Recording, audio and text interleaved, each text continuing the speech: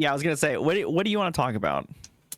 I was just gonna let you start explaining. Just give me like a brief what what you mean by socialism, because it seems like everyone I talk to has their own definition of it. Sure. The way I would define socialism is, I think that I basically want to strip the term socialism down to like the bare minimum, which is workers owning the means of production, right? Um, because if you have an economic system that's like capitalism is based off of private ownership of the means of production and capital, right? And so the alternative to that would be socialism, where instead of there's private ownership, it would be like group ownership, basically like workers owning it. Um, and so I think that if you get rid of all of the other stuff, that's like the core of what people want from socialism. Um, there's obviously other things that go along with it, but I think that's the core of it. Okay, so you think it should be like so worker owned, not government owned, or do you mean government owned by that? Not government owned. Well, I mean, it depends. So people could, maybe they would want it to be government owned, right? But the first step that I imagine in socialism would be something like making every business a worker co-op effectively. So you would remove CEOs and like board, like small collective ownership, and you would make it so that every stakeholder in the business, so the people working on the factory floor, the accountants, the janitors, right, whatever, they are the owners of the business, right? And they would have a democratic say in how that business is run. Okay, and would you want, so in your like ideal world, would you want that to be something that the government implements? That the government implemented. Like the government makes that happen. I think that that's not really the right way to ask that. I think that in my ideal world, we would just, as a society, we wouldn't culturally accept people having private ownership of, like, we wouldn't allow someone to own a factory and shut it down, even though there are just like 100 workers who want to work in the factory. Right? Okay. Like, we would just never allow like small groups or individuals to make massive economic decisions for everyone else. And under your definition, would you still operate under a capitalist economy? Just the businesses, I guess you'd say, would be socialist No, it could. organization? Well, do you mean like a market? Like a free, like a like a market? free market, yeah. Well, like, I think that regulation is good, because like a purely free market is tantamount to feudalism or chaos, or I don't know what you want to call it, right? Because if you were to have a purely free market, there would be no building standards, right? For like whether a house would fall down. There was a famous Joe Rogan episode about that. You would have food that was poisonous. You would have medicines that didn't do anything, right? Like, we know what an unregulated market looks like. It looks like a couple hundred years ago. And so I think I would like to avoid that. So regulation, I'm not opposed to it. And I think that as long as we have a capitalist economy, we definitely need regulation for sure. Okay, so I would agree that regulation to an extent is important in under capitalism. It's necessary to actually make it function well, in my opinion. Sorry, I just got distracted by something. No, you're good. So we both would want a regulated but free market. I'm guessing you would want a lot heavier regulation than I would. But I don't know. I'm not sure what you mean by heavy, but okay, yeah, go ahead. Sure. I mean, you would want a lot more things regulated. So one thing specifically that comes to mind is something that I don't think a lot of people talk about in terms of regulation, but it's a regulation that quite literally creates monopolies and not oligarchies, whatever the multiple company monopolies are. But it would be patents. So, specific Oh patents. yeah. No, Specific patents. I think that patent law and copyright law are garbage. I think some of it's good, right? So, like copyrighting a movie or whatever, that's good. Having a patent on specific things is good. But for example, we can look at Nvidia, Intel, and the one other company involved, and they have patents on almost every part of a video card AMD. for a computer. Yeah, AMD. And they have patents for almost every part of a video card, so it's quite literally impossible for anyone else to make a Break into decent the video market. card. Yeah. Yeah, yeah. So like that is a form of regulation that creates issues rather than even tries to help solve issues. Uh, but No, overall, no, I agree. I think that large corporations and individuals use patent and copyright law to lock competitors out of the market, right? So I think that that's clearly like not a good feature of the system. okay. Um, so let's get into now that we're kind of on the same page of what you would want. Why? Quick why? And then we can get into more specific. Why? Okay, well, I think that capitalism. I think that capitalism is like inherently unethical, right? Because it's the same reason that I'm opposed to dictatorships or oligarchies, right? Is I think that if democracy is good in the political space, the political sphere, right? Then it would inherently be good in the economic sphere, right? Because economics and politics are fundamentally linked. It's almost impossible to talk about politics without talking about economics, and the reverse is also true. And at the core of every political argument is basically an economic argument of some kind. That's not true for it's like that's like 80% of politics is economics. Yes. And so there's that. Then on top of it, the information that I've seen about worker co-ops suggests that they're basically just better in almost every way, and I'm sure that they have drawbacks. Like I would imagine they're probably not as like quick to respond to like market shifts as a traditional firm would be, but I think that's a reasonable sacrifice to make for all of the benefits that they give. So yeah, I just think that it's better. I think everyone thinks that's the reason that that they want something, right? Yeah. I mean, like, so co-ops are a perfect example for one of my specific points against socialism, is that they can exist under capitalism. They do exist under capitalism, and they do fine under capitalism. There is no necessity to actually implement large-scale change, but rather under capitalism, people who want to work or act in a socialist manner can do so, and people who want to work or act in a capitalist manner can also do that.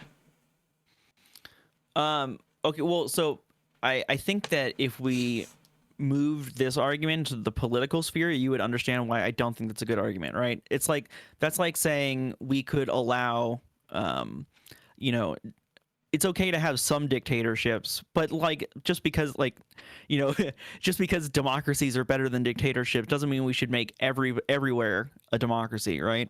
Or if we want to take a much more severe version of it, right? It's like having a capitalist firm is acceptable, where workers get paid wages, but also slavery exists, and so And we shouldn't stop both of those things from come on, existing at the same time, right? And so it just seems really weird to me that we would have this system that basically everybody agrees is a better system.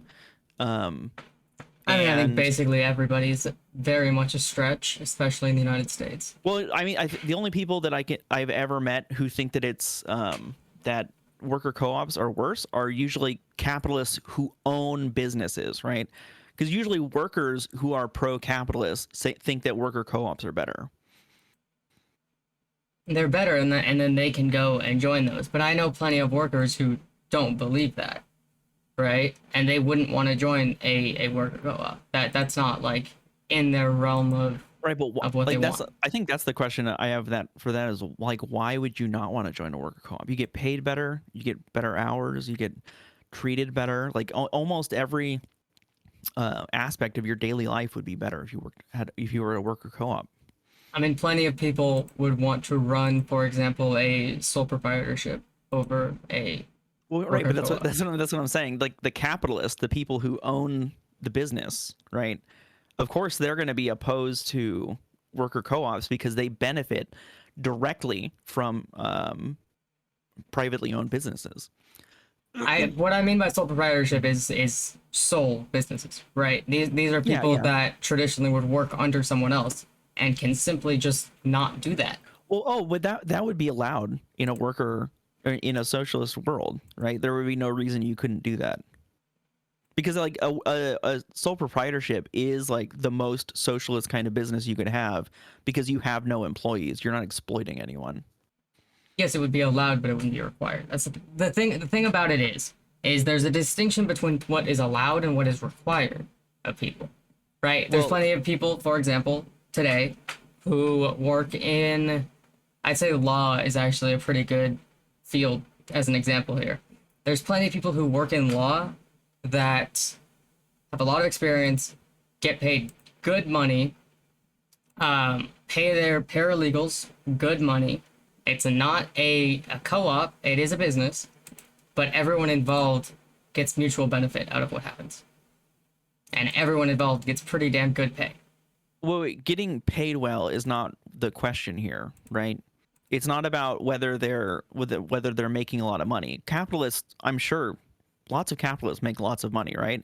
And lots of employees of capitalists make lots of money. The question is whether the employees are getting paid the full amount that they would have based on the amount of labor that they put in, right? Because like for a capitalist, for an owner of a business to make any amount of profit, they necessarily have to skim off of the top of the labor done by their employees. Not necessarily. Right, I'm gonna go No, back to no, law. necessarily. I keep going back to law because it's the field that I'm going into, just for Okay, reference. sure. Yeah. Right. But like in law, for example, generally the owner of a firm will be the or one of the most experienced lawyers on the team. Okay, the best lawyer, the one with the most experience, the one that has put the most money in, the one who does the heavy lifting, at least in terms of brain power. All right, but generally in Sure. terms of trial power, like most of the job is them. So obviously, they're gonna get paid the most, and they're gonna make Right, the but business money. that would be And true that doesn't in a mean that they're socialist. under. That doesn't mean that they're underpaying anyone else. No, that's not what I'm saying. That okay, that would also be true in a worker co-op or in a non-communist in a socialist economy, not a communist economy, right? Because What in a I'm saying communist is that economy, it's also true in a capitalist economy. It depends on where you look. It's not like right, it can't but no, exist. but what is true in the capitalist economy that's not true in the socialist economy is that the employees of that person are not getting paid the full amount. Like, so where do you think that the profit for the employer comes from when they employ someone? Them having to do less work. They have to do less work, right? But so they're getting paid to do nothing, right? No, they're getting paid to do whatever else the company needs. Normally, when a company Wait, hires wait, more, no. wait. Normally, when a company hires more people, right, it's because they're expanding, because they're No, gonna have I know, more shit to do. but the issue there is if they're like when they're doing another job, right? And they get paid to do that work. If they get paid, like let's say you have let's say you like I think it's a little bit easier maybe if we move out of law and move into a more like clear scenario. So let's say you start a like a pizza business or something or a restaurant. And initially you're working by yourself, right? You realize, hey, I can't do all of this labor by myself, so you hire someone else, right? You're at the head cook, so you get paid more because you're doing all of the fancy work or whatever. But the other person is, cutting vegetables or whatever. They're saving you some time so that you can work on the more important stuff, right? You get paid more because your skills are more important or whatever to the business, right? But the other person, if you were both cutting vegetables, let's say, right? they're getting paid less, right? And the difference in the amount that you would pay yourself or at like a, I don't know, anybody else, right? The and the amount that you're paying this person to cut vegetables, right? You inherently have to take some of their labor off the top, right? For you to receive anything from that. Otherwise, all of the labor is just going into the business, right? And now that happens, that does happen. But if even if you like, let's imagine for a moment that you paid that employee the full amount of their labor, right? You would still be benefiting from their labor in a way that they're not because you own the business, right? Because you're getting the long-term benefits from it. So either you're underpaying them for their labor or you're exploiting them to build a business that they will not benefit from, right? Either way, they're losing out in this interaction in a way that they would not if they were a co-owner of the business. So in this example, this is a small business. Yes. Sure, yeah. So most jobs in the U.S. come from small businesses. I think it's like 85%. Don't quote me on that though. It's a Uh, lot, yeah. yeah. I don't know if So it's 85, but yeah. I don't know. A while ago it was 85. It might be different now. But basically, what happens in small businesses when you work for a small business is you have a lot more upwards mobility. Okay. So you getting involved with this company does in fact benefit you over time. Just like the person who put all of the time and resources into creating the business, that benefits them over time. It benefits you over time if you get involved in this business. Well, no, that is equally Obviously, true at any firm. Like because at a small business, the maximum height you can rise is lower, right? But again, that's not the rising within the hierarchy that they've created. Doesn't mean that you're benefiting from the business, right? It just means the business values you more, right? And it's probably exploiting you. It might be exploiting you less, but it is still exploiting you. how would that be exploiting you if you are voluntarily agreeing to this? Just for like a base level thing. This is one of the main issues I have with like people have a misunderstanding about the word exploitation means. You can volunteer to be exploited, right? But that doesn't mean that the exploitation is something that we should allow, right? There are lots of things that we don't allow people to volunteer for, like slavery is a good example. We don't allow people to volunteer for slavery. Volunteer work exists. That's pretty much fits the definition. Work without money. Work? Work without money. Work without pay. Yeah, I think that the difference between volunteering to work without pay temporarily, right? Like, oh, I'm going to help out with my kids' bake sale or whatever. Like the difference between that and volunteering for slavery or indentured servitude or whatever is that one is temporary and the other one is permanent. We can also talk about a lot of ethics boards on more professional jobs. Like, I don't necessarily know if it's true for doctors, but I know it's dependent on state. For again, I'm gonna go back to law because it's the field that I know the most about. But like for these two professions, you are required to do unpaid work. Yeah, I don't think that. I think that's unethical. You think that that's unethical, but I'm saying that it's allowed. So it's not like yeah, I don't think. Well, I think that the counter to that in a I think that for number one, I think our current system is inherently unethical because it does allow people to do those kinds of things. I don't think that should be allowed. Right? Like because if you could, in theory, right? If we do like an ad absurdum argument, right? You could take that to the extreme where you would allow people to volunteer to be slaves, basically, right? And like, why would we ever allow that? And there have been cases where they have said, oh, we actually shouldn't allow this anymore, right? Because I think there were a bunch of like college, what was it that they were?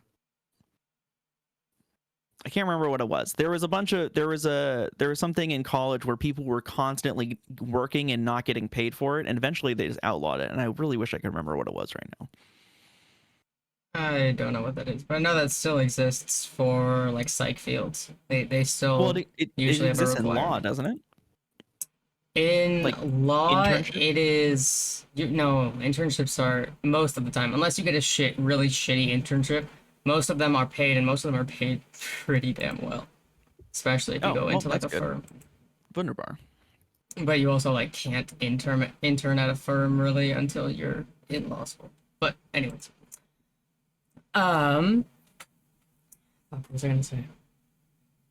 I would say that it is better at least that they get paid because I'm pretty sure they used to not get paid at all, like law interns. Oh, no interns used to get paid. That used to just be full. That is such a crazy thing to me. I do not understand that. I will agree with you that shit's crazy. Um, it's stupid. They're like we're paying you an experience. No, you're not. Anyways, uh, so basically, my entire point here, right, is that everything you want can exist under capitalism. Everything I want can exist under capitalism. Everything I want cannot exist under socialism. So why do you think that you should have the power to say, no, you can't do that, even if all parties involved are perfectly fine with it, and you, and as an outsider, would be the one that's not fine with it? Why do you get to dictate? Well, so here's the I think the argument, right? Like if you saw two parties and one of them was volunteering to be a slave or whatever because they needed shelter and food, you wouldn't would you stand by and just allow them to enter into that agreement? No, but that's what labor laws are for. I'm not one of those people that Right, thinks that labor exactly. laws shouldn't exist. Right. And so what I'm saying is that the labor laws that we have now allow people to be exploited in a way that I don't think they should be allowed to be exploited. The thing about it is, right? So, specifically on the exploitation front, I'm guessing you're primarily talking about like factory and minimum wage, like food service, stuff like that, right? I'm talking about all jobs, but I mean, I if we're would say talking that about those like, places get exploited more. Yeah, sure. right, and like minimum wage jobs, for example. Thank you for following. Yeah, no problem. Minimum wage, for example, minimum wage workers. You also probably will just fundamentally disagree with this one. Minimum wage workers, that should not be your career, right? I You don't. Yeah, I minimum don't wage necessarily agree should with be that. temporary. Why? Because I think that you have a duty to yourself to better yourself. Well, wait, but how much you get paid has nothing to do with whether you are better or not, does it? Better learn skills. Yeah, I think you have a duty to Well, yourself wait, to learn skills. right, but even if you learn skills, like somebody still needs to work at Walmart, right? Somebody still needs to work at McDonald's. Like And those we will aren't have like a constant supply of people who do not yet have their skills. yeah, well, wait, but the problem is that the number of jobs that are what you would like we would call like low skill jobs far out like exceeds the number of like new people entering the market. And on top of it, um like the vast majority of people spend their lives either at minimum wage or near minimum wage. Like that's and like God, if we move outside the US, it gets even more like that. um I don't see a reason really that you should have to, I don't know, become like a more advanced version of whatever you're doing to be able to live a decent life. I think that stagnation is inherently wasting your life, right? And not learning skills is a Well, form wait, of stagnation I within know, but yourself. work is not the only thing that you do in your life, right? No, but throughout everything you do, you are pretty certain to learn skills, and then all you have to do is just apply those. Almost any That's skill you can wait, get paid for doing.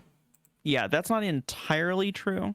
Um, like I would say also the problem with that is that like that's an individual take. I agree that individuals should try and better themselves and make more money, right? Um, but we're not really talking about individuals. We're talking about all of society, right? So somebody has to be doing those jobs, and that means that like if every like imagine everyone tried to better themselves and like get a higher paying job. Eventually, those jobs will that market will be saturated, and we will still need Walmart workers and stuff, right? And they're still going to get paid minimum wage, right? Which means there's a huge chunk of the population that just cannot move out of that economy, or that out of that sector, I should say. So at one point in time, I would say that might be a decent argument. But we are in 2022. We have a ever increasing amount of automation and shit. Genuinely, we will not have that much availability for minimum wage jobs in the coming years, right?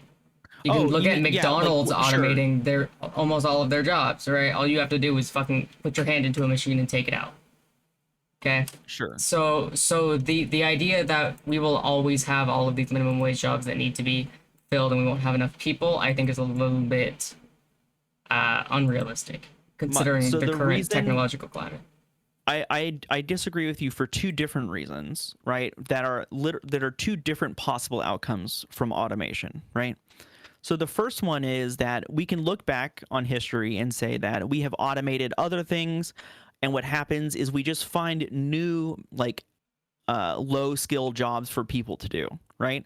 And they move from one sector into another, and then that becomes the new low skill market.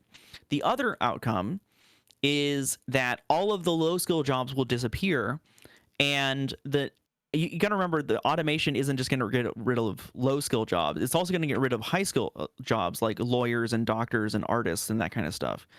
You would need a fundamental change to the United States legal system for it to get rid of lawyers. No, I don't see a reason you. Anyway, that's not important. There will be. Eventually there will just be a giant group of people who are literally unemployable, right? There's a whole book called, like, I think it's called The Useless Class or something like that. Anyways, so those are the two outcomes, right? One of them puts us back into a situation that's very similar to where we are right now, where we still need to make sure that people who have low skills have a decent life, right? They get paid enough to live a decent life. And on the other hand, we have a totally other problem, which is like a dystopian world where there's an underclass who are unemployable, and also we don't have a welfare system that is capable of supporting them. I mean, we already have a welfare system for the actual underclass, and there will always be an underclass. Just on the basis of humans naturally create hierarchies. We have throughout all of human history, even before capitalism existed. There will naturally be hierarchies, and people will always cling to power. That is another just fact of human nature. So, at the end of the day, your hierarchies may move from completely monetary to partially monetary, partially how much political power you have. But those hierarchies will consistently exist, and there will always be some people that are more that have more than someone else. And sure, but we could flatten that distribution, right? And I will say that, like, I'm a big in favor of a lot of like anarchist principles, right? And one of them is that we would do our best to abolish unjustified hierarchies, right? So basically, the only hierarchies that would exist would be hierarchies of like skill or something like that, where, you know, if you know how to screw in a light bulb better than I do, then you do the screwing of the light bulb, or you tell me how to do it, right? We wouldn't have hierarchies of like, oh, you're a senator, therefore your kids don't get arrested or something. Like, we would avoid that kind of hierarchy at all possible. How would you avoid that when that senator is the one that's making the rules? Governments are consistently corrupt. You would make it so that the senator doesn't make the rules, right? Like, I think that we don't have enough democracy the way it is now.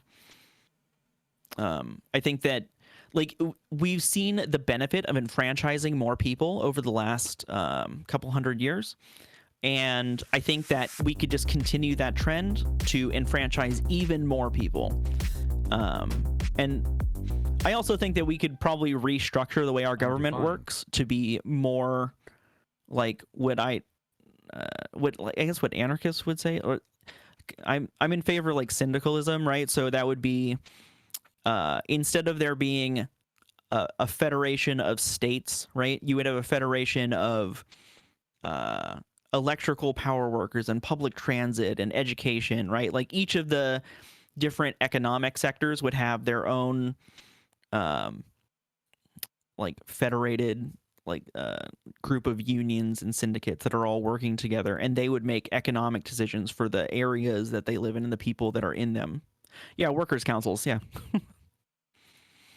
I think you're being blissfully ignorant to the fact that corruption inherently exists everywhere, right? Oh no. The No, no. idea that this they could just split it up and be more local and then issues solved, right? Then That's the not what anarchists say. hierarchy of power gone just doesn't.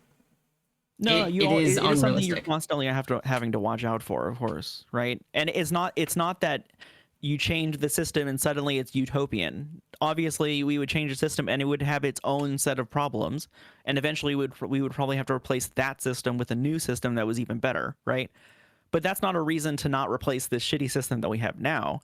The system we have now is clearly wrong, and almost everyone can agree on it. They just can't agree on how to change it. I would say, right, our system right now is not perfect. Just like Of course, yeah. any possible system of both politics and economics is not perfect. Right? Sure. There's no such thing as perfection here. It's a matter of balancing.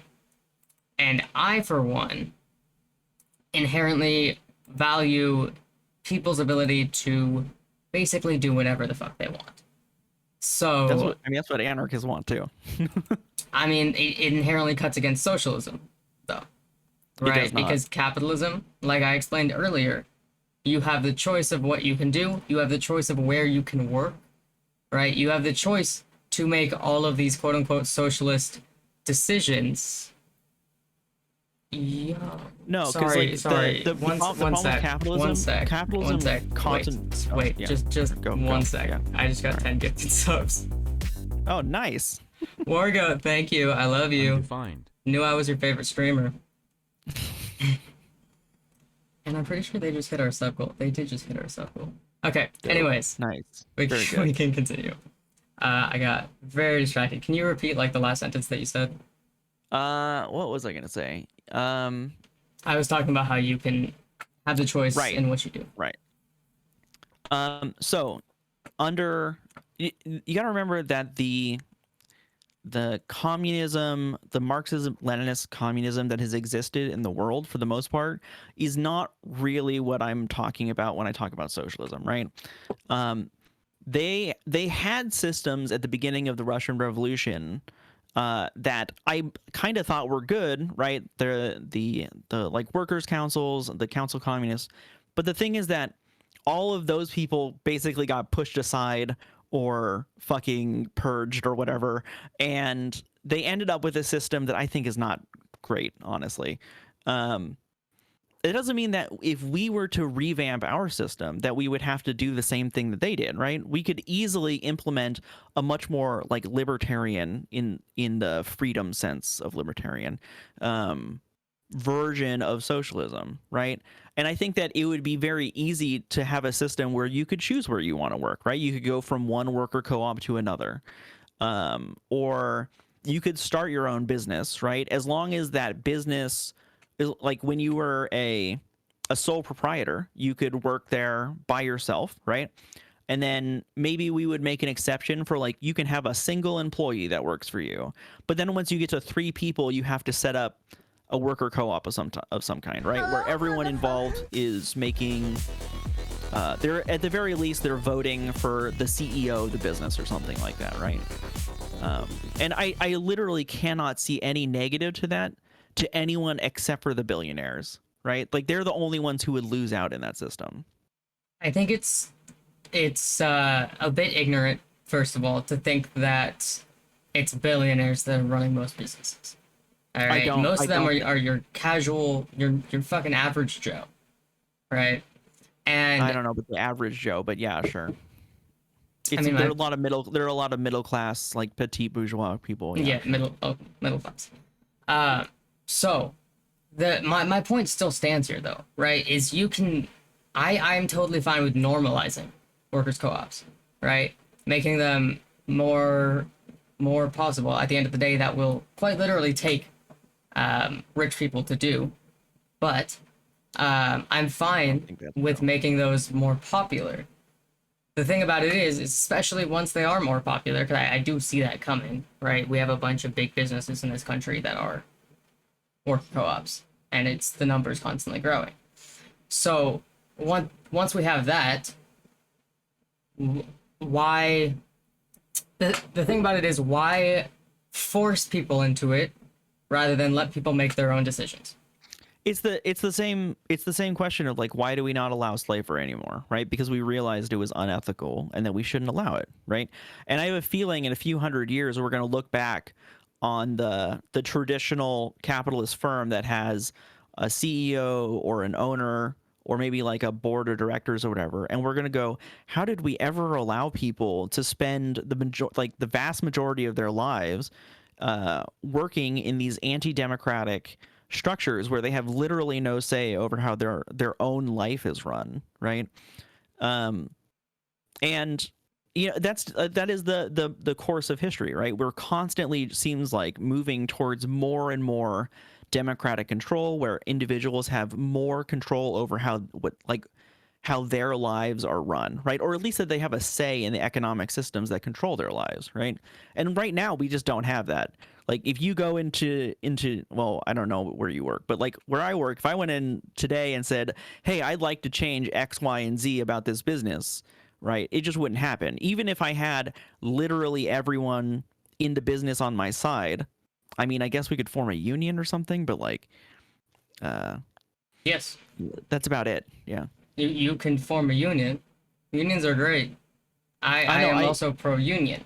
Yeah, I am Right. too. See, the thing about it is everything that you've mentioned can be done under capitalism and is done under capitalism. Right, but I know, but if you go back to when we had slavery, you could say all that capitalist or under feudalism, right? You could have a capitalist system under feudalism, right? But you would be like, well, but at the end of the day, the Lord can still just come and take it away or whatever, right? Or when we had slavery, it's like, oh, well, you can run a traditional firm, but why would you when you can have slaves, right? And that's the same thing like exactly the same thing I'm saying, which is that we could have this system that is more democratic, that is more egalitarian, right? It's better for everyone. Um, I would also and say that is just a natural change of the workforce that we've seen since COVID, right? Like I don't know where you live. I'm from near Seattle, right? mhm. And looking at the job market in Seattle since COVID, um, average, at least from what I've seen, and I've been making like the same searches for like the field and everything, average wage is up like $3 to $10 an hour for entry level shit.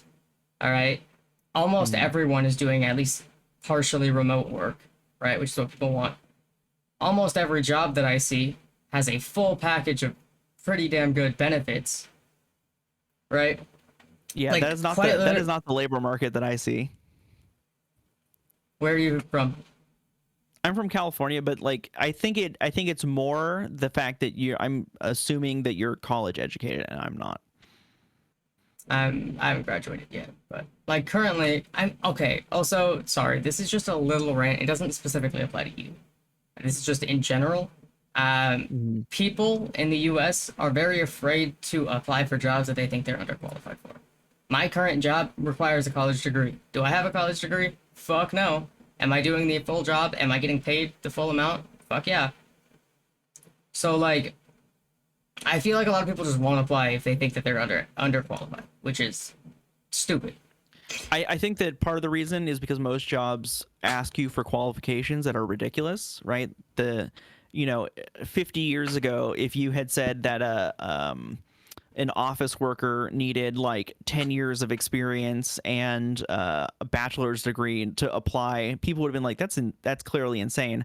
But I've seen tons of jobs that ask for that exact thing, where really the job is a job that doesn't need any kind of experience whatsoever, and it doesn't need any kind of degree whatsoever. They just want to filter out the people, uh, who aren't going to apply to that shit.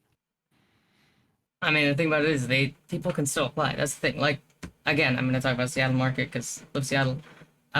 Tech jobs in Seattle at least, they're hiring so many people that have absolutely nothing past a high school diploma. right? And these people are getting paid like $40 an hour with no high school diploma, or with Mhm. just a high school diploma.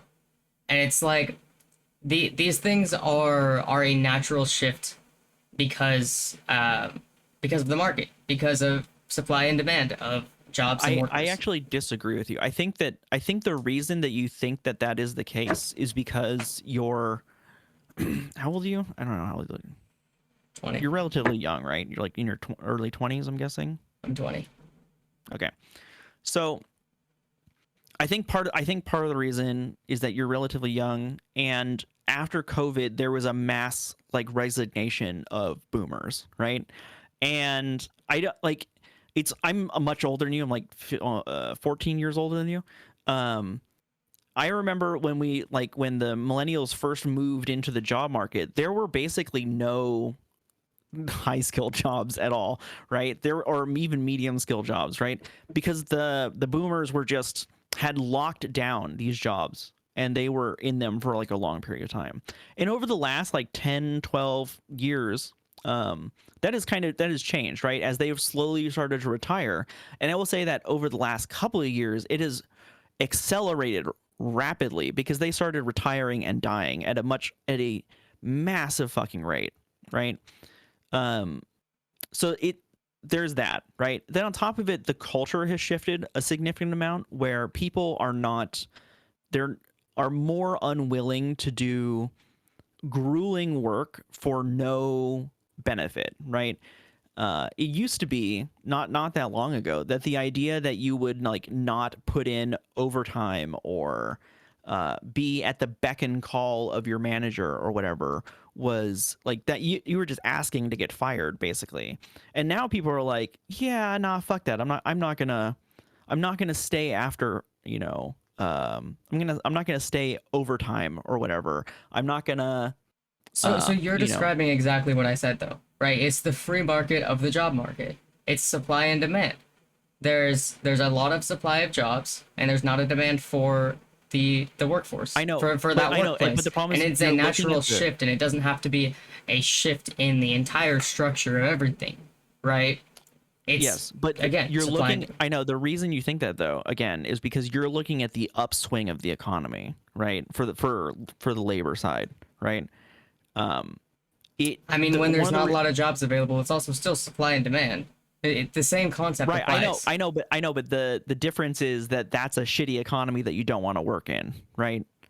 The the idea that we would allow the economy to oscillate between extremely exploitative, right, and like not that exploitative is crazy to me. Why would we ever allow that? That seems like something we could totally do away with. Because it can correct itself faster than the government can pass a law. You know how slow our government is? Well, you Especially don't have to. ours. Why would you have to pass a law to do that? I mean, if you have the government regulating it, Oh yeah, but if you have the that would be government like a regulating it, single law, right? You would just say capitalist firms are not allowed and only worker-owned businesses are allowed. That's like a single law. prices would still fluctuate, right? Because you're still operating Sure. in at Yeah. least a semi-free demand, free market. So prices are still going to consistently oscillate because supply and demand still functions, right? Just like Europe is Sure. seeing more inflation than us right now, even though a lot of European countries are closer to socialism than we are. Some would consider them socialist. I wouldn't Yeah, I really, don't know but about that, but yeah, they're they're capitalists. closer than we are, and they have worse shit going on economically than us. Do they? I don't know if they Yeah, like their inflation right at rates the are way moment higher. because there's a war in Eastern Europe. I kind of agree with you, but I don't. I think that for the most part, the people there are not feeling the negative effects of their economy the way we do, I right? mean, especially England. I see a bunch of news for England stuff during my streams. I think Like I'm thinking about England, Germany more than England, but yeah, sure. I mean, England has a lot more worker protections than us. So obviously, it's not like actually socialist. None of these countries are. No, yeah. But it has a lot more workers' protections than us. It's got a lot more social safety net than us, and they're still seeing extreme effects from their inflation. Yeah, well, yeah, of course. Like if you have massive inflation, that no matter what system you have, you're gonna have issues from that. I guess unless you didn't have money, but even then No, you would but still use you're saying that your shortages. system would stop this oscillating of the market. when the No, more socialist it wouldn't countries stop have it. It even would dampen more it. well, the more socialist countries have even greater degrees of oscillation No, than they us. don't actually have, they don't have greater degrees of oscillation, right? Their economy fluctuates similarly to ours, but the people in those economies are more insulated from those shifts in the, up and down in the economy. Like if you go to Germany or whatever, right? And you ask German workers, and like they actually have a lot more like small businesses. Like I think the vast majority of their, compared to ours, the vast majority of their economy is made up of like businesses that have like, I think, less than 10 people or something like that. And uh man, what I was saying just went right the fuck out of my brain. Yeah, Shit. it's happened to me What like was I 10 saying? times tonight. You were talking about Germany, people not feeling effects. Right, yeah. So not only do they have these smaller businesses, right? So like they're no like one business can like heavily dominate the market or whatever in a way, or like affect the market as easily as they can in the United States. But also they have, unemployment, they have healthcare, they have all of these things that we don't even realize that we need because we're just not used to experiencing them. But when you talk to Americans who have moved from Germany to, or from the United States to Germany, and they experience the insulation from the market, right? They experience the, not having to worry about, whether someone's going to be able to watch their kids, or whether they're going to get sick, or whether they're going to lose their health insurance because they move to a different business or whatever, right? Like all of these kind of things are uh, things that we don't even think of as being important because Americans are so focused on like GDP and like all of these metrics that have literally nothing to do with the way people live their lives. I mean, like for example, I just looked up a little bit about Germany while you were talking, and I found this article from DW that's saying that people what? No, sorry, continue. Oh. It's saying that people are doing like 4 hour round trips trying to find a food pantry that can offer them enough to eat.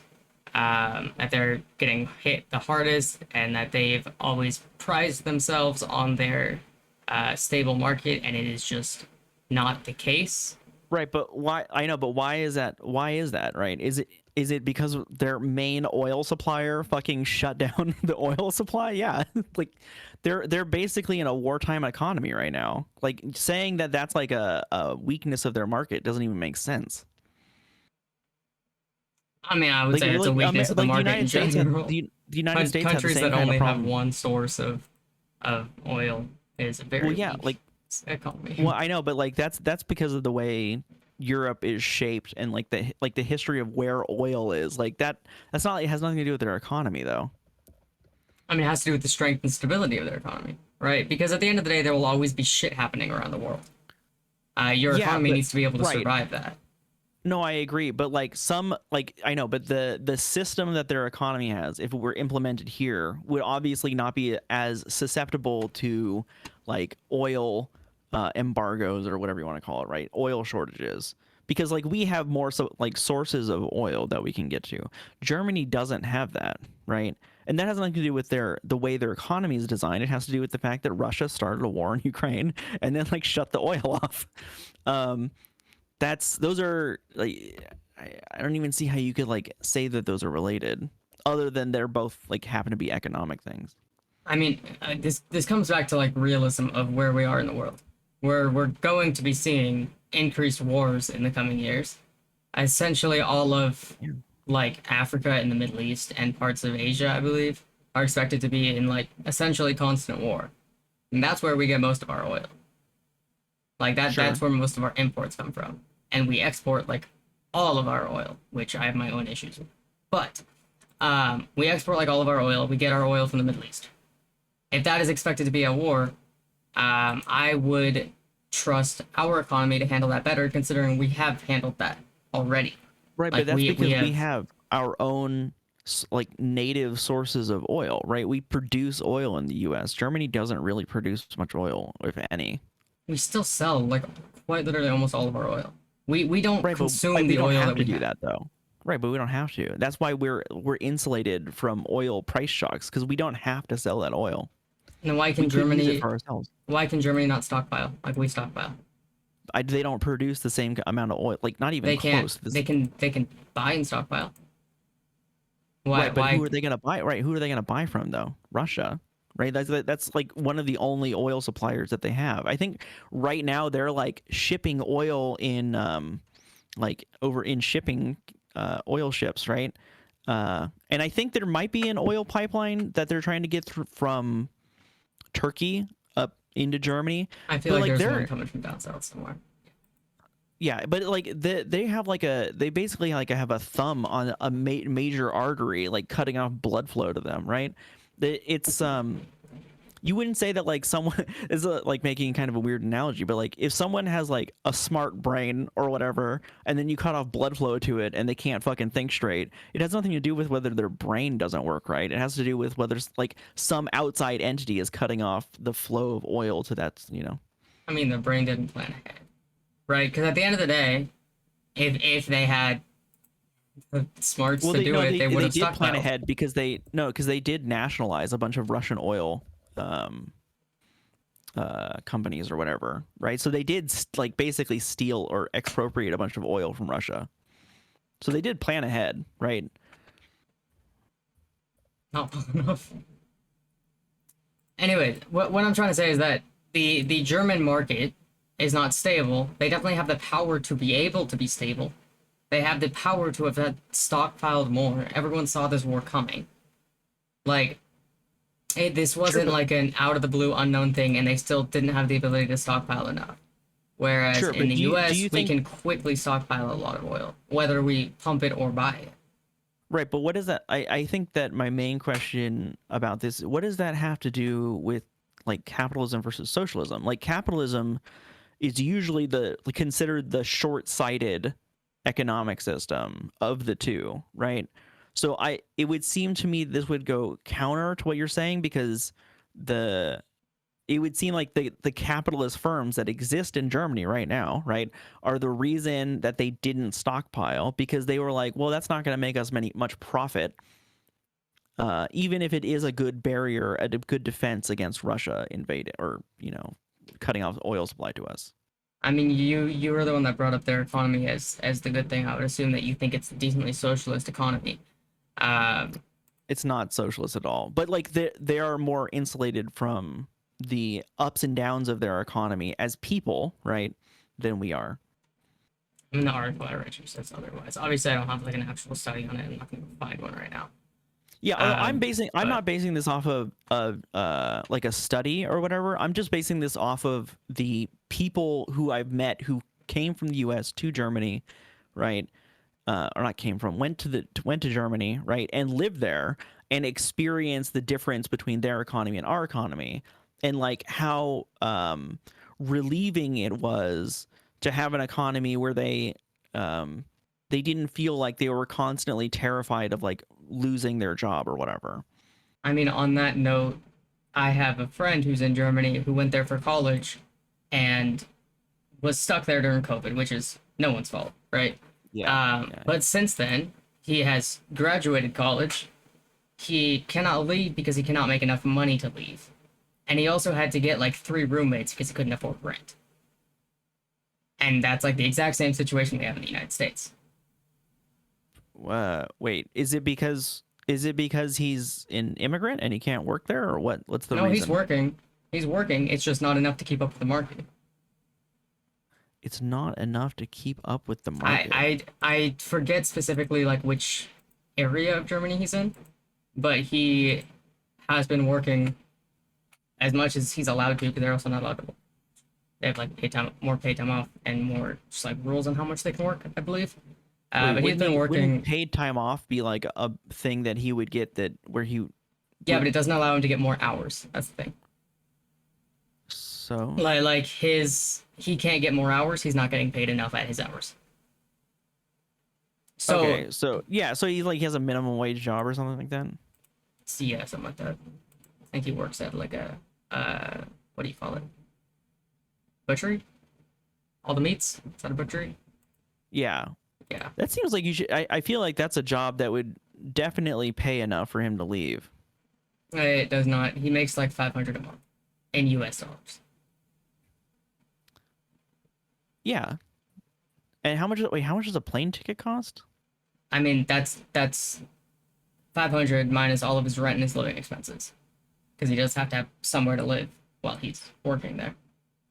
Yeah, no, I know, but like I'm imagining because I don't know what rent costs in Germany, right? But I imagine it's much lower than it is here because like almost everywhere is fucking cheaper to live than here.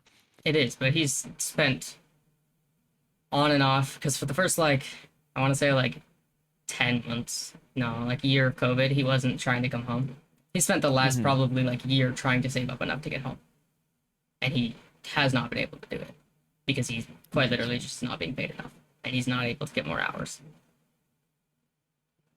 But if okay, wait, I do have a little bit of a question here, right? Doesn't this kind of bring us back around to the beginning of this conversation where you said that people should like try and improve themselves to get paid more? Yeah, he should, but what I'm saying is that they're not. At least in this example, he's not insulated from the market, right? Well, no, he Because he everything is. is more He's expensive not now. homeless, right? He's not hungry. He would be if he didn't have three roommates. He completely lost his old living situation. So if he was Hmm. like, if Does he, he? Is he? Does he not qualify for like the housing subsidies or whatever they have? I don't think so because he's not like a citizen. Right. I think Okay. you need to be a citizen for them or have a Yeah. specific type of visa. No, I He's think still you're technically right on a about that. student visa, I think. So Yeah, so that's actually something I'm opposed to too. Is I don't think that we should treat people who are here who are from another country a different way than like that seems really weird to me that we would treat someone differently just because they're from another place. I think it depends on status, immigration status. I think Why? people with why? Yeah. Because pay to play. You don't pay into the system. Why should you be getting the benefit of the system? Well, no, they do, but immigrants, even people who, even like immigrants who aren't on the path to citizenship, do, um, they do pay into the system, right? They do pay taxes, right? And even if they're working under the table and they don't pay income tax, they still pay taxes. Pay sales tax. That's it. They're not Yeah, I paying. will. I They're mean, not paying sales like social sales tax is security a pretty tax. They're regressive tax. not paying social security tax. They're not paying fucking what's the other tax the federal government does? They do social security and like one other, I believe. They're not paying either of those. Payroll. Payroll tax, yeah, sure. Um, the Well, no, I agree, and I think that we should just allow them to come here and then tax them, right? Like, why not? Because it's harder to enforce taxation rules when someone is not legally here, because they often cannot find them. That's why we have so many illegal immigrants who have overstayed visas. Because once they Right. overstay a So just visa, so let them you be can't here find them. legally. Like, why wouldn't we just say, okay, well, you're here, so we're gonna tax you, right? Like the thing that's making it hard for us to tax them is us. That's not on them, right? If they came here, they'd be like, okay, well, um, if you have a way for me to just come over and work, that we like that's us. We're stopping them from doing that, right? We could be taxing them. There's no reason we couldn't do that. When you can't find a person, you can't tax a person, right? So like visa, every single country has visas. Are Right, you but the against reason we can't find visas? them, like why can't we find them though? Because people overstay their visas and then go somewhere else where they're off the official books in a sense. Right, but I know, but why did they do that? Because they didn't want to go home. Right, They didn't want to exactly. do their path to citizenship because they fucked up their own citizenship in some cases. Right. And so, right, exactly. So we should just make it easier for them to have the same kind of status as a citizen. I agree we should make it easier, but that doesn't mean that we should make it like people who are here illegally automatically not legal. Like there still has to be a process Why? so that you can screen people, so that you can ensure that people are Well, we could do that when they come contributing. in the first. We could do that when they come in, right? Because like I think you agree with me that the vast majority of people who are here illegally come in like on an airplane and overstay their visa, right? Yes. Okay. So when they come in the first time, we should just do the background check then to make sure they're not a terrorist or whatever, right? And then once they're here, we should say, okay, if you work, you get taxed like an American, but you also have access to all the benefits that Americans have.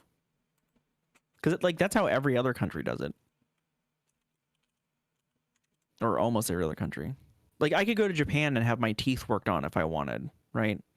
Because their healthcare system applies to foreigners too.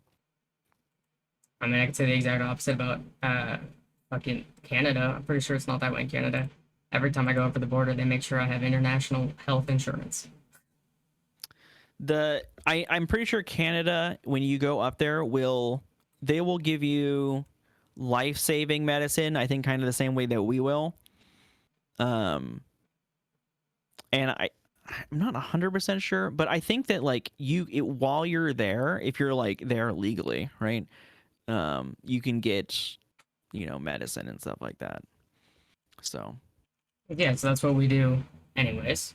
right, but that's my point. Is if we just made it easier for people to be here, right? Like because it's the whole immigration system seems set up specifically to disenfranchise like Central and South Americans in particular, who used to come here to work, and then we basically made it illegal for them to do that. But we still needed their labor, so we just accepted a bunch of illegal immigrants as like second class citizens, or like an underclass, effectively.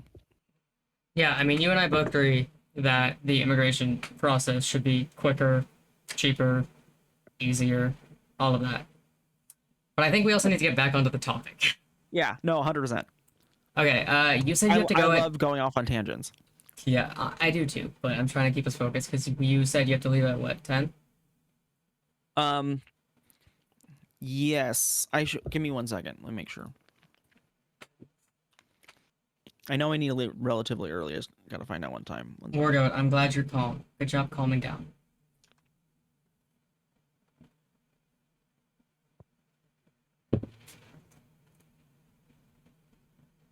Yeah, exactly, I should probably please. leave about 20 till, actually.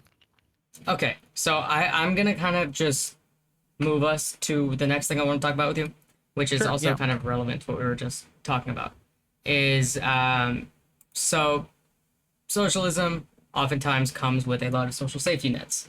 You haven't mentioned that. Is that something that you agree with, or Okay, so it's not necessarily that like I think the government should be doing social safety nets per se, but I do think that I would like to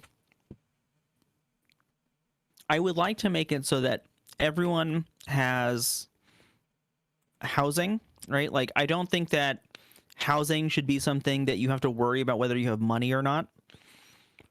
I think the same thing is true of food, shelter, education, and healthcare. Right? There's a bunch of things that you need to just exist, basically, that I think as a community, right? And maybe that means the government's involved. I don't know. That we should just provide to people, free of charge, right?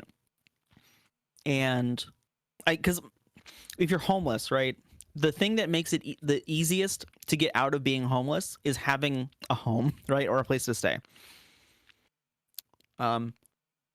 If you have like an issue with your health, the easiest thing is to just get the fucking healthcare, right? So I'm pretty much in favor of all of those things being available to everyone. so first point, you like semi started that out with like whether the government does it or the people do it. You don't know. First of all, if you say the people do it, I will 100% agree with you because I'm a libertarian and that kind of fits 100% perfectly. Yeah. But if you want the government to do all these things, where are you getting the money for that? Well, so obviously it would come from taxes, right? Just like everything else the government pays for. But I also am not opposed to the idea that the government could do things for profit, right? Like the post office is a good example. The post office used to be revenue neutral. It used to actually make a little bit of money. And then the Republicans passed a law saying that that was illegal. And now the post office is slowly withering and dying because the Republicans basically want to privatize the post office, which is fucking insane. I'll agree with you on that one. And I think that we could do that with basically everything. Right? There's no reason we couldn't have that almost exact same system. Where maybe it's not 100% free, but it is so cheap that literally just finding change on the street would be enough. But you would still want a for-profit system. Not necessarily for profit. Like it could be just like revenue neutral, right? It could be that the system is just purely tax funded, right? I'm very agnostic when it comes to like how we do these things. I don't really care about that, right? I can see a problem that we have. I think we should fix it, and the way that we fix it, the policy is up to the policy wonks, right? If they have like a good way of doing something, then maybe that's the way I would like to do it, right? I think that our policy should be guided by our ethics and like what we think is right, and not the other way around. We shouldn't do things just because like the policy makes sense. Okay. Well, okay. So I am very against raising taxes. What I'm not against is eliminating loopholes. Okay? I think they're inherently unfair because everyone else has to pay taxes. You should have to pay taxes, right? But like actual tax raises, like on the rich, essentially don't work ever. Like, AOC's proposed 70% for the highest income earners. That was only supposed to raise the actual income by like 12 billion, which is not the actual like quote unquote taxed amount that it would actually That's because the issue is that we're taxing income instead of the way that they actually make their money, right? Like most really wealthy people don't make their money from income. They make them from capital gains, right? They borrow against their holdings, right? So they'll borrow against shares or something like that, and effectively they get tax-free money that is actually beneficial for them to borrow against, right? I think those kind of things should basically be illegal.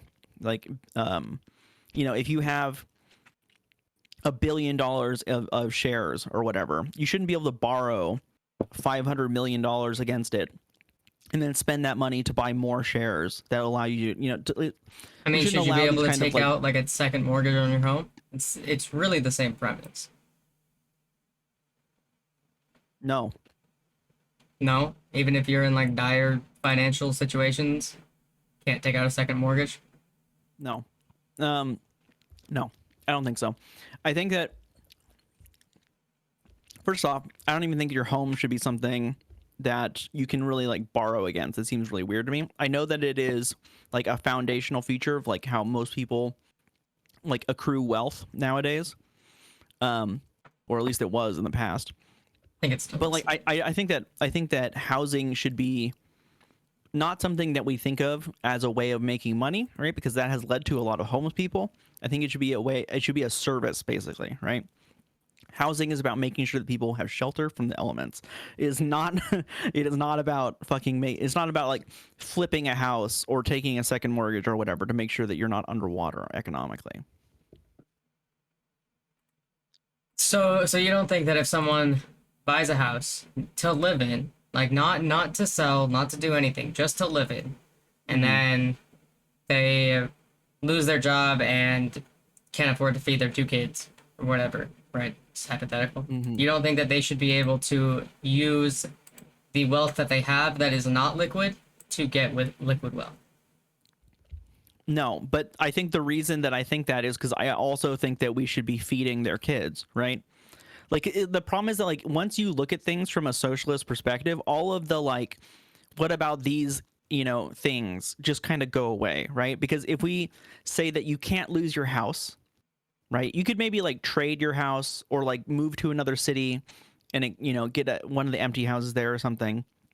And then we're going to like make sure that everyone has enough food to eat, make sure that they have basic clothing, right? Basic education, basic healthcare. Like all of those issues about why they would need to take a second mortgage out on their house just go away. The thing about it is that socialism has been tested in some It sense, at has least. not. Yeah, In not some really. sense, right? The USSR tested it in some sense. Maybe not in the way that you agree with it, but a lot of socialists will say that that was a test of socialism. And it didn't work there. There's nothing to It show that it would it did actually actually. work. No, I would totally disagree with that. I think it did actually work there. The system that they put in place, right? Um, the during the Cold War, right? Soviets got more food than Americans did, right? Um, like this sounds like kind of crazy talk, but like even the CIA, they did a investigation into this, and they found out that like Soviet citizens had a higher caloric intake than their American counterparts, right? I They mean, were caloric safe. intake does not necessarily equal more. I can have a high caloric intake of a Sure, loaf of bread. yeah. They also they also had healthier food too, right? So it wasn't just that they had more of it; they also had healthier food, right? Okay, so what led that to change? But they were also safe from homelessness. Basically, there was like a very low homelessness rate in the USSR. What led it to Like change? what led what to change? The Soviet Union. What made it fall apart? What made it fall apart is they basically allowed a bunch of oligarchs to like buy the country. And Like that that was done after the because USSR. people inherently want power. Wait, what? And that was done because people inherently want power. Money Oh is yeah, of course, power for in our sure. Yeah, world, if you give people right? the So chance this to would like steal inherently the country, yeah. there is no showing of a socialist economy or super close to socialist economy where this doesn't happen. So That's why do you wait, think it no, would work? that's also not true. Like Cuba's not like that. Cuba's a Vietnam's not dictatorship. like that. He's got the fucking Cuba, power. well, no, actually, Cuba's not a dictatorship. It was when Fidel was in power for sure. And I have a lot of criticisms of Cuba's fucking, uh, the way they run their country. Right. I would like a much more egalitarian version of those systems. Right. But that doesn't mean that the economic system they had in place was wrong. Right. The political system was wrong. Right. But the economic system worked just fine. Like the fact that Cuba even still exists, even though they're embargoed by almost every like major economic system in the world, is astonishing, right? Their economy is extremely resilient. Aren't you the one Like, that said that politics and the economy are so closely intertwined? How can you just separate yeah, and no, they say, totally "Oh are. yeah, no, the political was bad, but the economy was good"? Like at Well, the end of the because USSR, they are different things. before the USSR fell, they had a 20% poverty rate. That was specifically USSR government officials saying that they had a 20% poverty rate. Okay, That well, was before it you fell. would have to show me the I can send the you would have to article. show it. I Yeah, can could you? send the it was published in 1989, so like 3 years before the fall. I sent it in your chat. Oh yeah, yeah. At the their economy was totally destabilized. Yeah. Yeah, but they were still at that point socialist, right? Because they were still the USSR. They were a socialist country, and it collapsed just like most socialist systems collapse, or they turn into some form of dictatorship that doesn't go away, like North Korea. North Korea, yeah, I think I would probably call North Korea more fascist, but yeah, they definitely like the Juche system is definitely like communist for sure. But again, I'm not advocating for like a communist system, right? I I'm mean, advocating for a it wouldn't socialist system. really be communism, right? Communism is a stateless, classless society. They have a Right. state. They have classes. Maybe they don't have official classes, but there's No, I definitely totally classes no. in North I Korea. believe me, I 100% agree with that. I don't think that. By the way, that link didn't go anywhere. I totally agree with you that the issue with Marxist-Leninist communism is that they're pretending that because the people are in control of the government, right, that they are a classless society, when in reality they have a ruling class and a underclass, right? So I totally agree. I think that like trying to just jump from where we are to a communist society would be ridiculous because like number one, the people who live here just don't understand what a communist society would be like. We just there's no way to make that leap, right? And that's why one of the reasons that I advocate for moving from where we are to a worker owned economy, right? Like a basically like market socialism, is that is an easy first step that people can understand in the direction of making things more egalitarian. Right, but again, I think where we fundamentally disagree, but also you have kind of contradicted yourself from the beginning, is that this doesn't have to be something that's forced, right? It can be something where the market decides what it wants, right? The market of laborers do in fact have power if they won't take a job, and this is something that Yes, the market can produce or not yes produce. and no. The problem is that like if the capitalists have all of the money, right? They have all the capital. It's very difficult for workers to start their own businesses, right? Because they don't have the capital to do it. And then on top of it, the system that we have right now doesn't like it encourages traditional firms. It does not encourage worker-owned businesses. So how would like, you at make all. it easier to start a business? How would I make it easier to start a business? That's I actually You just think said that it was too hard. one of the things that I don't mind the idea is like lowering the tax rate on not on small businesses per se, because you could have a small business that was run by wealthy people, right? But specifically lowering the tax rate for businesses that are more democratic, right? So that would be businesses where all the employees get stock, like voting stock options, or businesses that have like strong unions, businesses that have that are worker run, right? That are like democratic or whatever, but obviously only for small business. Large businesses can go fuck themselves. They already have too much of a tax write off as it is. I mean, so a bunch of rich people can start a business and then not have to pay taxes because they start to go up. That's already the system that we have. Yes, that's the system we have. Yeah. And you're fine with that because I'm not fine with that would fit under what you just described. No, I like I just said, I would not want the wealthy people to be able to benefit from that. They already have a bunch of shit that they can benefit from, right? This would be like exclusively for people who make like, I don't know, less than like $1 million a year or something like that. I don't know. So most people, like Yeah, almost people, everyone. yeah. That would be most people. Yeah, I don't have a problem with like like moderately wealthy people. I don't even have a problem with billionaires necessarily, except that they have like a disproportionate amount of like economic and political power.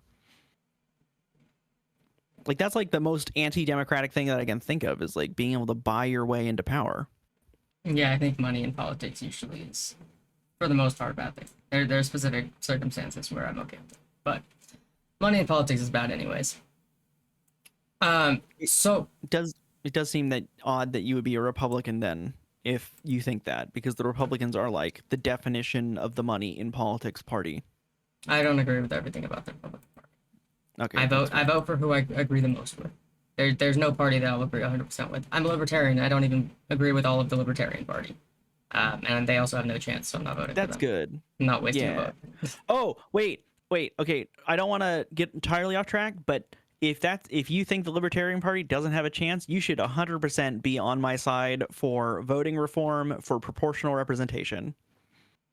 What I want in terms of voting changes is taking as at a start, right? Because I think actually California already does this. Taking the party off of ballots, and I would be totally fine with not letting anyone say their party during campaigns, during ads, any of that. I think that would fix a lot of the issues. Because then you run on policy. Because people don't run on policy right now. Yeah, no, I'm okay with that. The reason I think that proportional representation is good is because it allows minority parties, right, to have even like a single seat in Congress, right?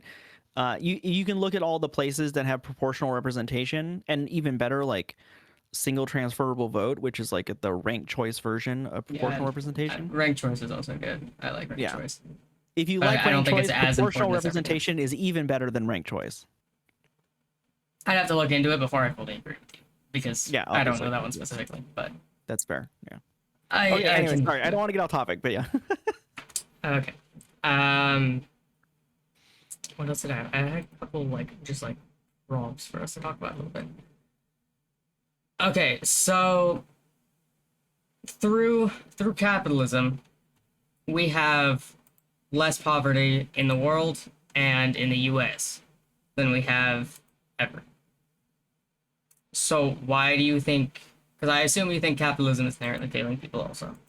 So you're saying that it's exploiting people. I would assume you think it's failing people. It is.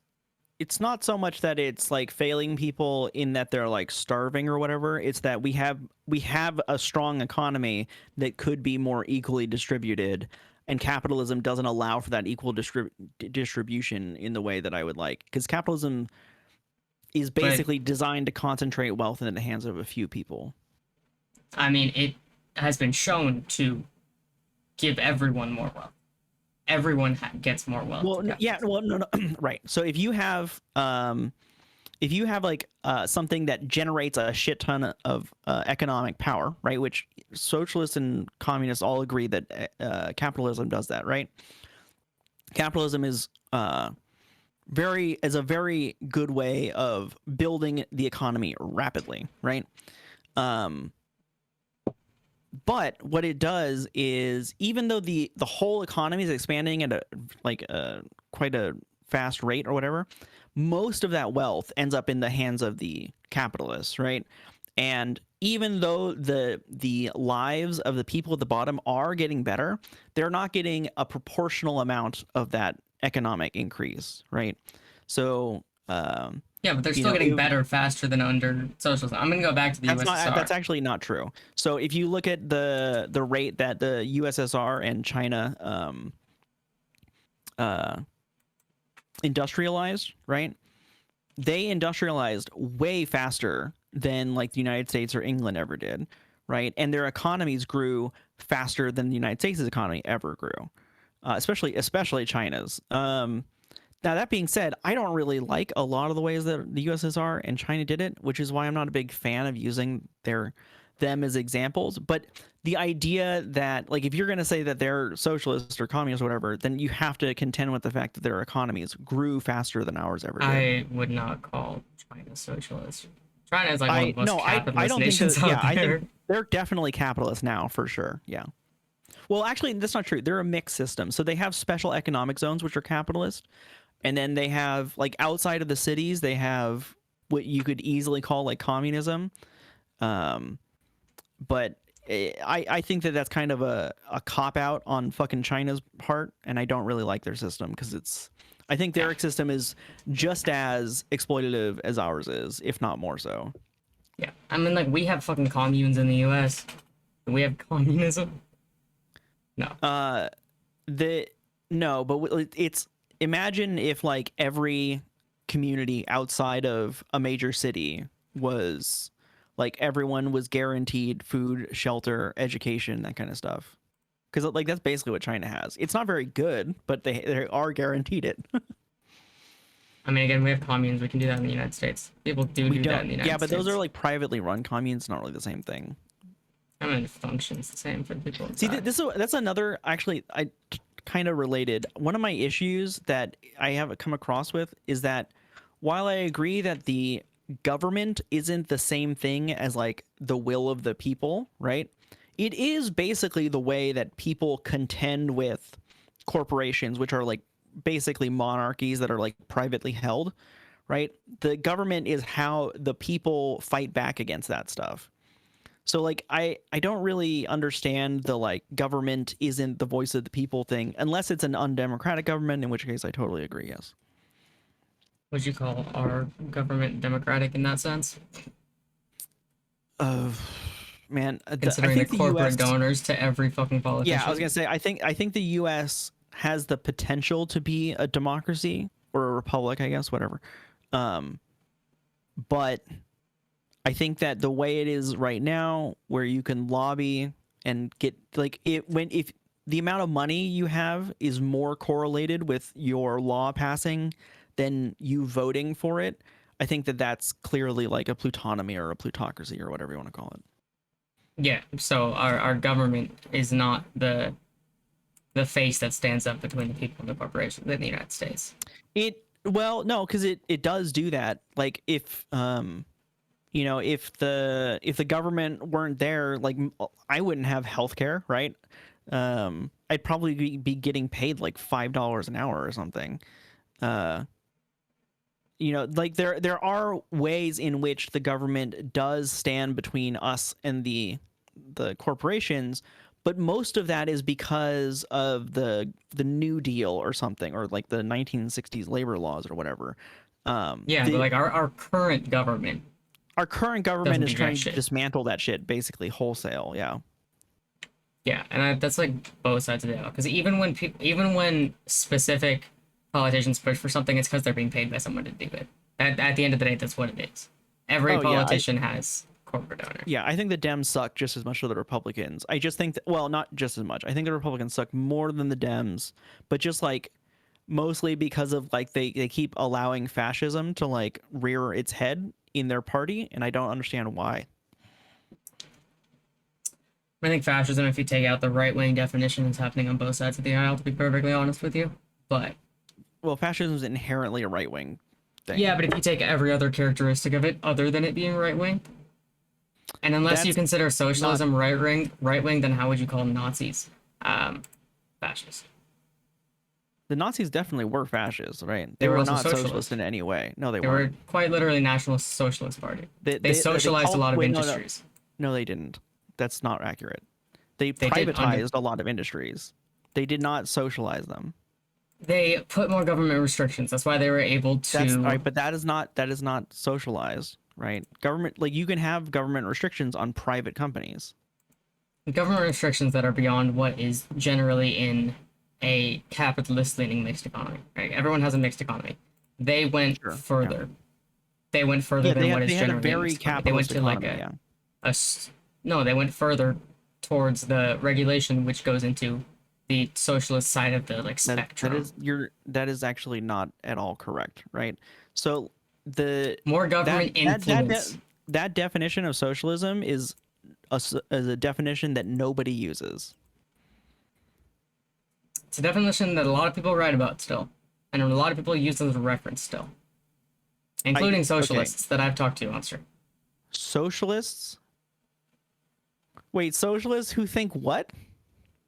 Socialists who think that more government regulation, more government involvement within the economy is closer to socialism. Like the more you have, the closer to socialism you get.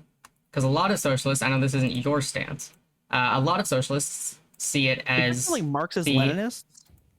they're dude, it's on Twitch. It's fucking everywhere on Twitch.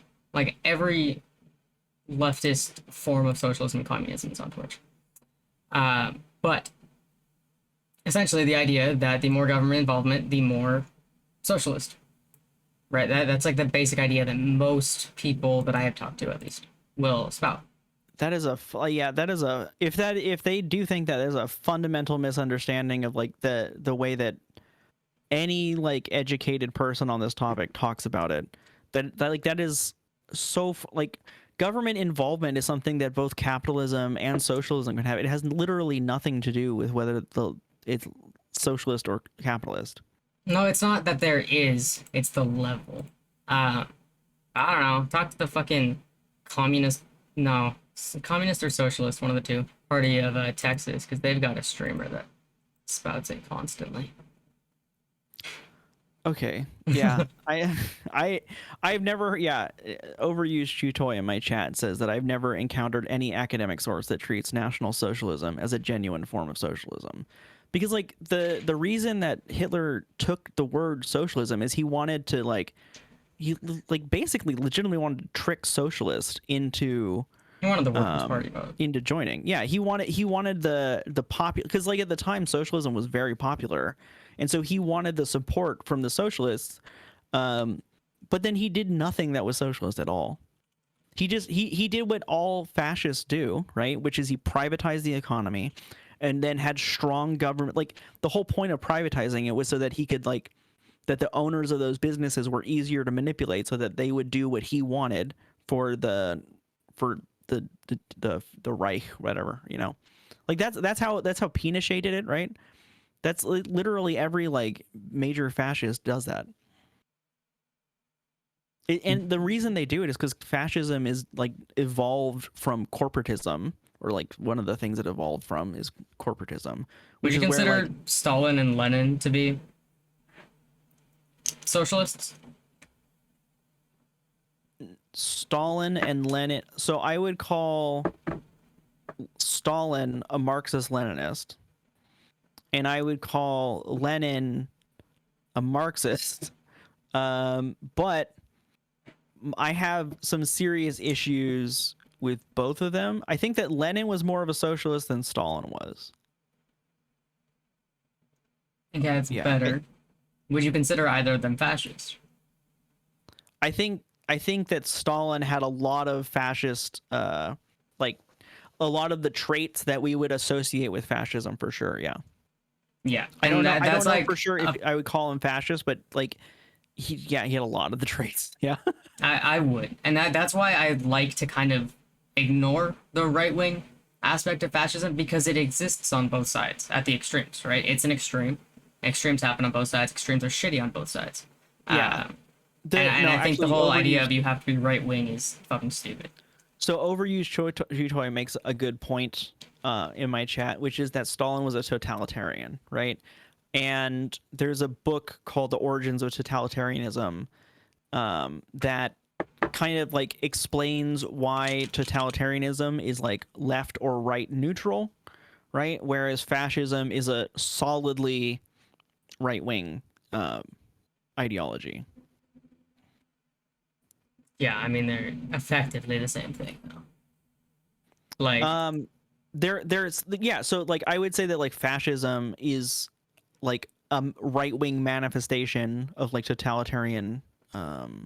Yeah, exactly. yeah, it's just a special name, but they're the same thing with a different name, and I just think it's Not they're stupid. not quite the same thing. Like there are a lot of traits that like left wing totalitarians don't have that right wing like fascists do have.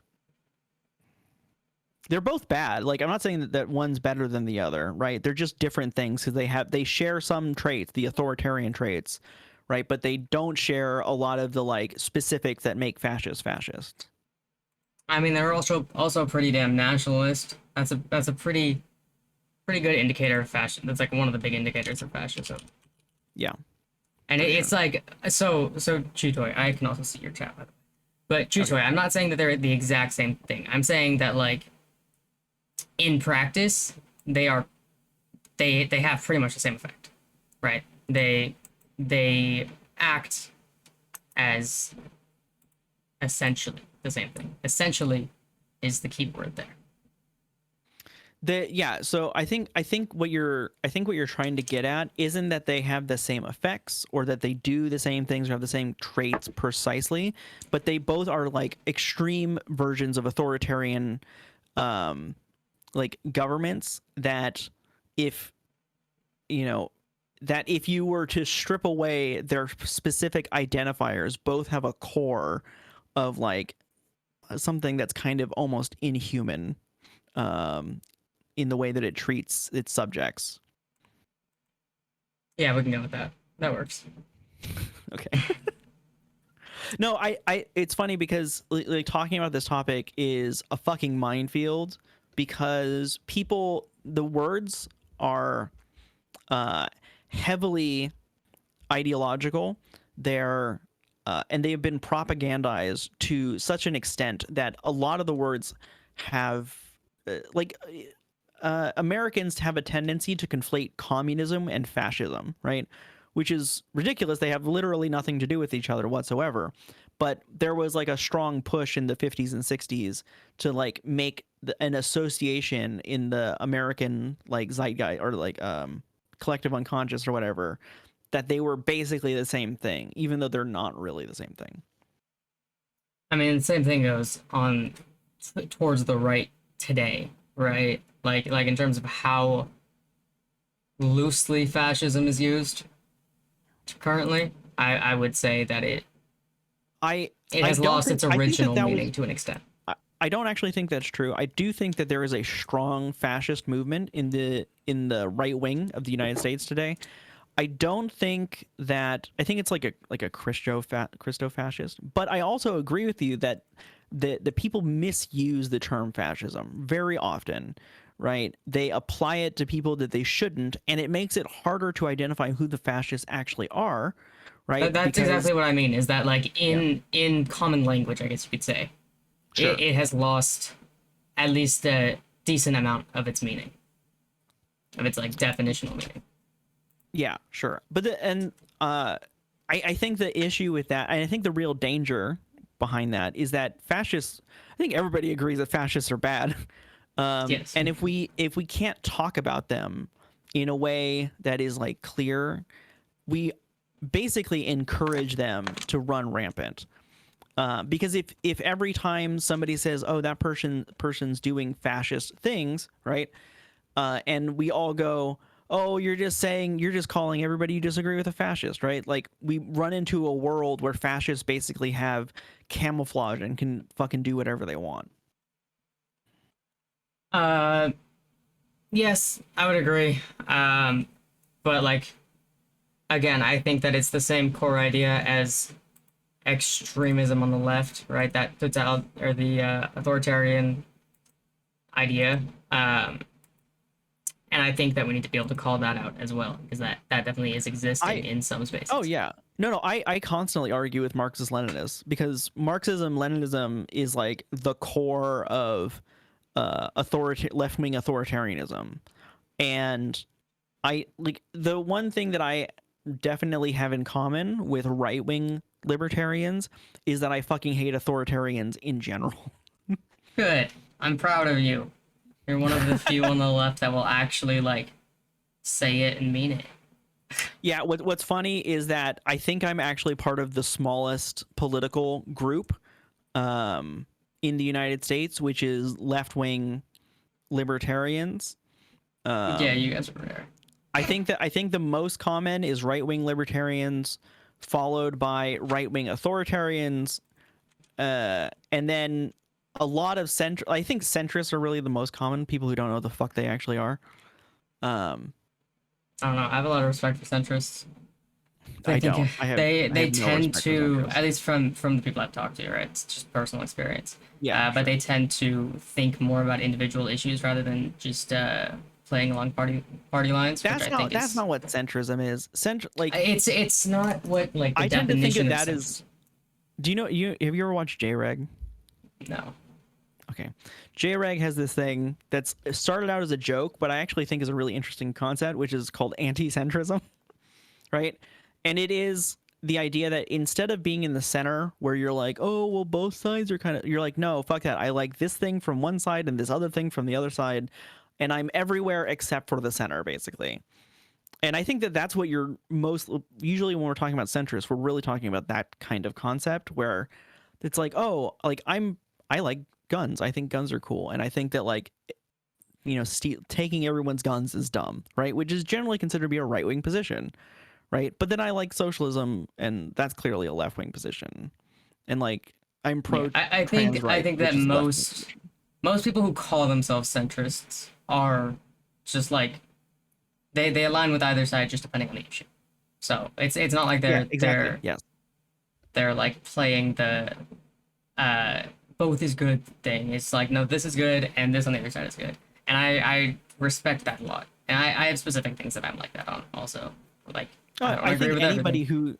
anybody who has a reasonable mind and actually thinks for themselves has positions where they agree with one side or the other.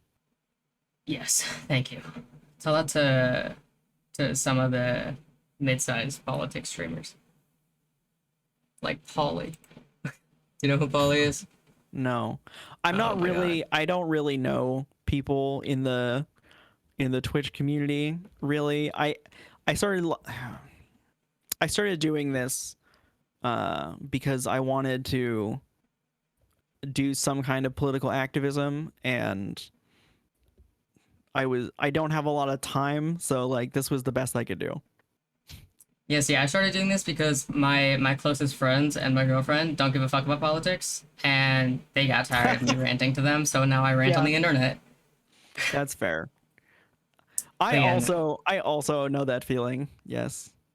But yeah, So Polly is one of those people that will call quite literally anyone on the right a fascist. She called me a fascist, and I'm a literal libertarian. And she's one of those vote blue no matter who, but she's a communist. I don't know. I would have to. I do think that I think that the vast majority of people don't have coherent political positions, right? Yes. They either their family or their friends or whatever happen to have some kind of political positions, or like the content creators that they watch have particular political positions, or they have like knee jerk like gut reactions like, oh, abortion's bad because blah blah blah blah, or oh, I should be able to have an abortion if I want, like whatever, right? They just have like a gut reaction and they haven't thought through like the logic of it or what they think is right. um and I think that that is a terrible fucking political position to have. If I could do one thing to change the world, it would be to make it so that everyone was better educated in I general, would but second you on politically that one. specifically. I would second you on that one on so many levels. Yeah, because I think that if we are to have a real democracy, the only way you can have a real democracy is with an educated population. You can't be having a bunch of idiots going out and voting for whoever is the prettiest. Yeah, I have flip flopped on this topic for I think like 5 years now. The idea of a voter test on just like, do you know the basic functions of government? I see. Just to Yeah, ensure. I'm opposed to filters, but I think that instead of doing that, we should just teach kids at politics, basically. Yes, but like we have so many fucking adults who are idiots at this point. Like I said, I flip flop on it. It's not something that I would ever like hardcore gun for, but Yeah, but you're like, I know the feeling that's it's like not the worst sometimes idea. I just fucking hate dumb people. Yeah, I know that Yeah. feeling. Yeah, Yeah. but that makes us ableist. That's just because we're ableist. That's Yeah. My neurodivergent self is ableist. oh yeah, I'm mega ableist. That's just is I'm as ableist as you can be. That's the way I am. Yeah. In Me who works currently in the market of helping people with disabilities. Yeah, I'm ableist. do you know radical disability? I do. They pop in my chat every once in a while. Yeah, they're I can't quite get a grasp on Rad's political positions precisely, but to me it does seem like often when I'm talking to them that their position is basically that disabled people should be in charge of the world, and Yeah, that that's world should be like an sometimes. authoritarian communist state, basically. Yeah, I bring them on like they ask to join calls pretty often, so I bring them on, and it depends on the day. Yeah, Like sometimes it's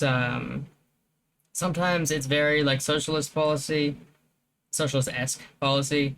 Sometimes it's like decently right. Sometimes it's yeah. pure libertarian. I'm like, where are you? What are you I doing? have been warned by a couple of people that I guess he used to be a fascist at one point. I don't know. I don't know. All I know is The he. problem is I think he's trying to find his way in the world and he doesn't have a lot of good resources for guiding that. That's crazy because he runs political shit in his I know. city. But no, I just find it funny how uneducated he is on actual laws surrounding disabilities when it's like the thing that he talks about. Yeah, well, I hate to talk about somebody who's not here, but I'm gonna do it anyways.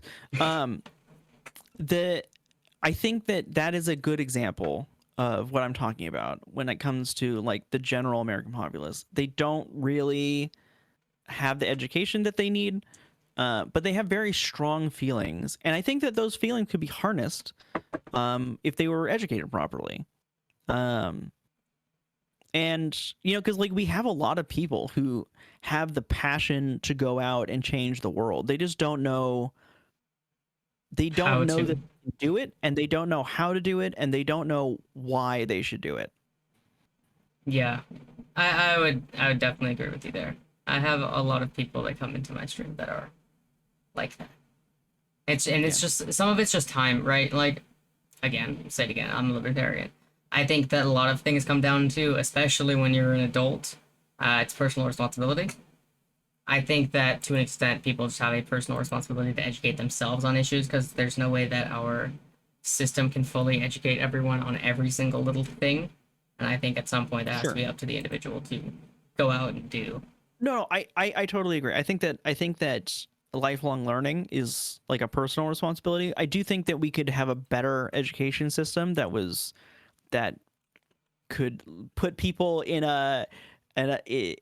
give them the tools that they need to educate themselves, right? Like one of the things that I really wish that was taught in like primary education is um like media literacy, right? How or like logic, things that allow people to understand whether an argument is good, but also like research. Like you should teach people how to teach themselves, right? I think that those things are more important than I don't know, fucking I don't what do you even like making fucking caramel in cooking class or something? Learning how That to write a seems haiku. totally yeah, like yeah, I did It's crossword like, puzzles in high school English for fuck's sake.